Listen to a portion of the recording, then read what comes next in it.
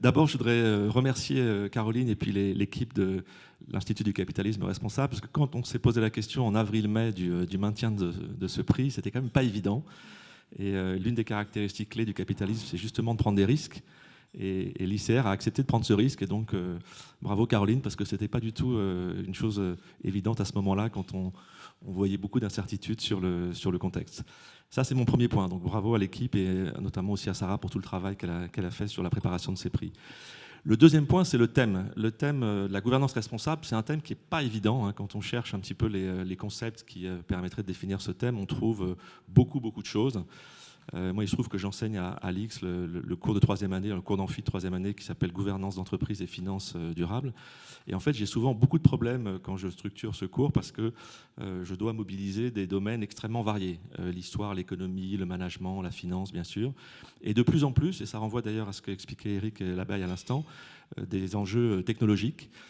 Parce que moi, je suis convaincu depuis très longtemps qu'une bonne partie des problèmes de performance au sens très large, hein, financière, environnementale, sociale et de gouvernance, que les organisations publiques et privées rencontrent, ces problèmes-là peuvent être traités par des innovations technologiques. Et donc la combinaison entre les questions de gouvernance qu'on associe, je trouve, trop souvent uniquement à des problèmes de droit ou de management et des questions technologiques est vraiment un enjeu clé pour les systèmes de formation dont je fais partie, mais également pour les think tanks ou les prix comme celui dont on parle aujourd'hui. Alors pourquoi travailler là-dessus, même si les concepts sont très très larges et pas toujours très précis? Pour une raison assez simple, c'est une question que posent souvent les étudiants quand on commence le cours sur la gouvernance, c'est à mon avis, et j'espère que ce point de vue est partagé, quand on regarde l'histoire économique, on s'aperçoit assez vite que la qualité de la gouvernance, c'est vraiment l'un des déterminants clés de la prospérité. C'est vraiment par la qualité des systèmes de gouvernance qu'on peut expliquer, dans beaucoup de cas, la prospérité à long terme des organisations. Prospérité au sens large, hein, pas strictement financière. Et donc, si on travaille sur une gouvernance responsable, qui intègre toute une série de paramètres qui définissent la création de richesse au sens large, on peut vraiment améliorer le fonctionnement des organisations. Donc c'est pour ça que le prix, je pense, reste très important dans des périodes agitées comme celle qu'on vit actuellement, mais il y en aura d'autres et ce n'est pas non plus la première. Alors, comment fait-on ça dans le cadre du prix? On a d'abord un jury qui est, pour prendre un terme à la mode, qui est multipartie prenante. On a dans le jury des profils très très variés qui représentent la société civile, le monde de l'entreprise, le monde financier aussi. C'est une innovation qu'on a intégrée cette année. On essaie d'aller davantage vers les acteurs du marché financier parce qu'ils ont effectivement un rôle clé à jouer.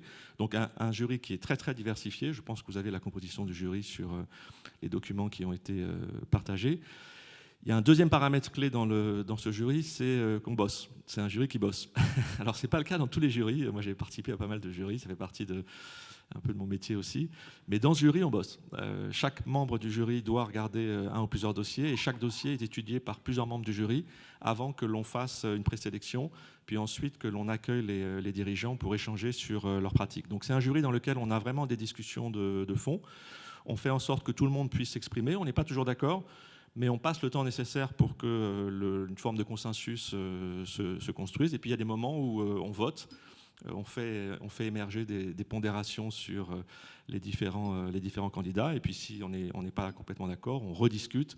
Et donc on prend le temps nécessaire à la fois pour étudier les dossiers, pour discuter des points de vue des uns et des autres, et puis ensuite pour arbitrer.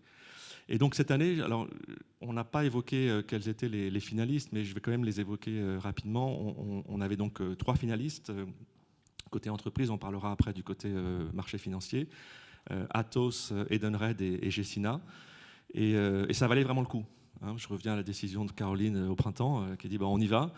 Je crois que ça valait le coup d'y aller parce qu'on a eu des dossiers vraiment très très riches. On voit que les choses bougent, on voit que beaucoup d'actions se mettent en place. Quelqu'un parlait tout à l'heure du cas, je crois que c'est toi Caroline, du cas où il y a de la RSE sur un plan d'action RSE parallèle et puis des actions qui portent vraiment sur le cœur du métier de l'entreprise. Et on a vu vraiment sur ces 3 cas des engagements très forts au cœur du métier de l'entreprise. Et c'est ce qu'on recherche en fait dans ce type de prix. Ça recouvre beaucoup de facettes, mais on recherche des entreprises qui font plus que des actions à la marge, mais qui repensent complètement leur modèle d'activité pour intégrer des enjeux environnementaux, sociaux et de gouvernance. Donc c'est ce qu'on a essayé de récompenser cette année.